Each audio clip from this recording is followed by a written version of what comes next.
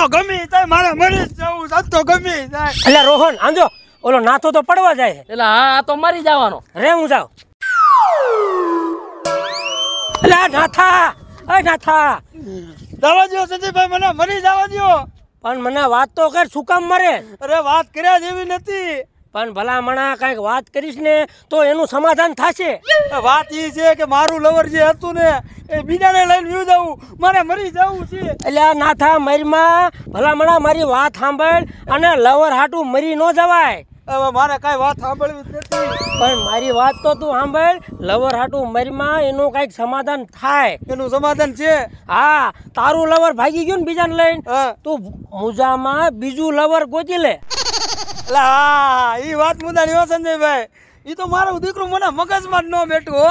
તે હાલો હાલો આપણે છે ને કરી નવી ઘોડીનો નવો દા દા બરોબર છે